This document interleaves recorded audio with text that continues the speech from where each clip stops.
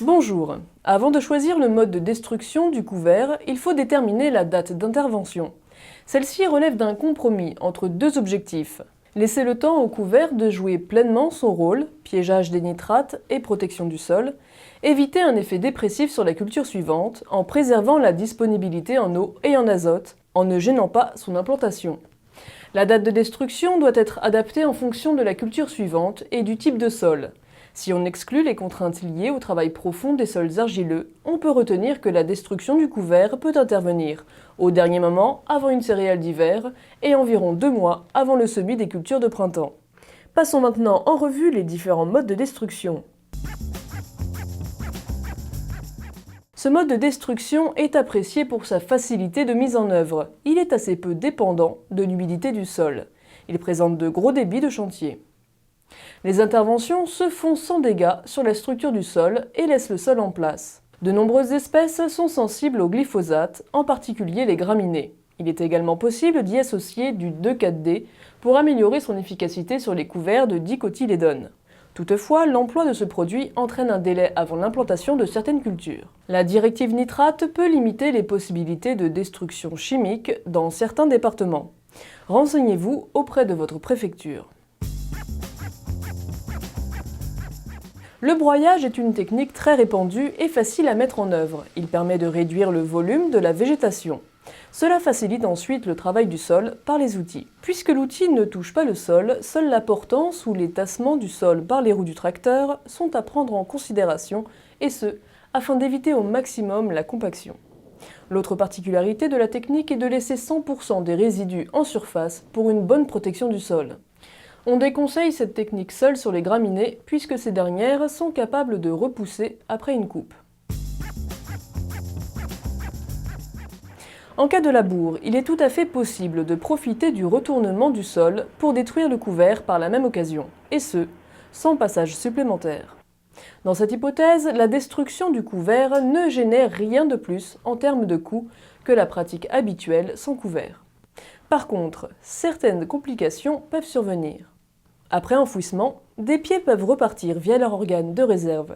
Cela peut être le cas avec du radis ou de la navette. Des bourrages peuvent arriver en présence de couverts très hauts, comme la moutarde. Pour éviter ce problème, on peut envisager 3 pistes. Opter pour une espèce qui sera moins haute, une facélie par exemple, plutôt qu'une moutarde. Broyer le couvert avant labour, ou enfin, coucher le couvert pour faciliter son enfouissement en un passage. Diverses solutions artisanales existent. Rouleau à l'avant du tracteur, barre ou autre chaîne. Avec ces systèmes, il est préférable de retirer les rasettes pour favoriser le bon écoulement de la végétation. Cela donne un labour moins esthétique mais plus pertinent du point de vue agronomique. Une partie des résidus est plaquée sur le flanc du labour plutôt qu'en totalité en fond de raie. Laisser le couvert gelé est sans aucun doute la solution idéale car économique et écologique. Cependant, l'apparition du gel à une température suffisamment basse pour détruire le couvert est aléatoire et parfois tardive par rapport aux objectifs de date de destruction. Dans la pratique, on ne peut compter sur le gel que dans des régions au climat continental, le nord-est de la France par exemple, ou montagnard. Il est possible de prédire ses chances de réussite en fonction du climat local, de la date de destruction souhaitée et des espèces de couverts semés. Plus le couvert sera développé et plus il se montrera sensible au gel. Attention car le salissement de la parcelle doit également être pris en compte. De nombreuses adventices ou repousses de blé sont assez peu gélives. Les couverts très gélifs vont disparaître dès les premières gelées blanches et ainsi stopper la concurrence sur les adventices. Le roulage des couverts par des températures négatives peut fonctionner en hiver. En effet, les blessures provoquées par les rouleaux amplifient les dégâts du gel sur les plantes.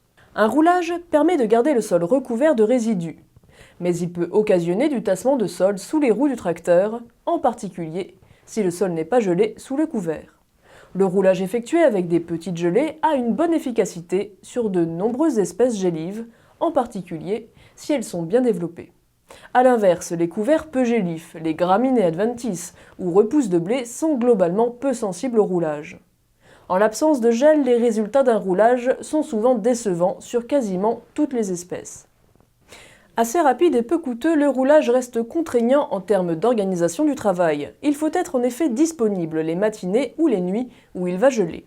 Le gel peut également apparaître un peu tardivement, souvent en janvier ou février. Ce n'est pas bien adapté en vue de la mise en place de cultures de printemps précoces.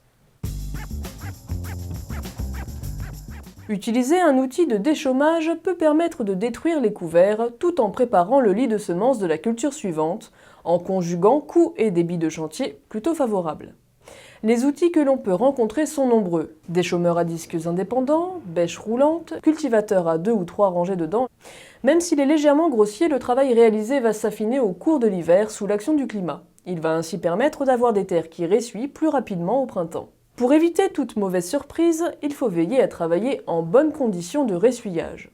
On privilégiera donc les interventions d'automne ou éventuellement en hiver sur sol gelé. Avec des outils à dents, le couvert sera plus ou moins enfoui selon la profondeur de travail. Des phénomènes de bourrage peuvent survenir en cas de couvert très développé. Un broyage préalable peut alors être nécessaire. Les déchômeurs à disques indépendants permettent de faire un mulchage des couverts.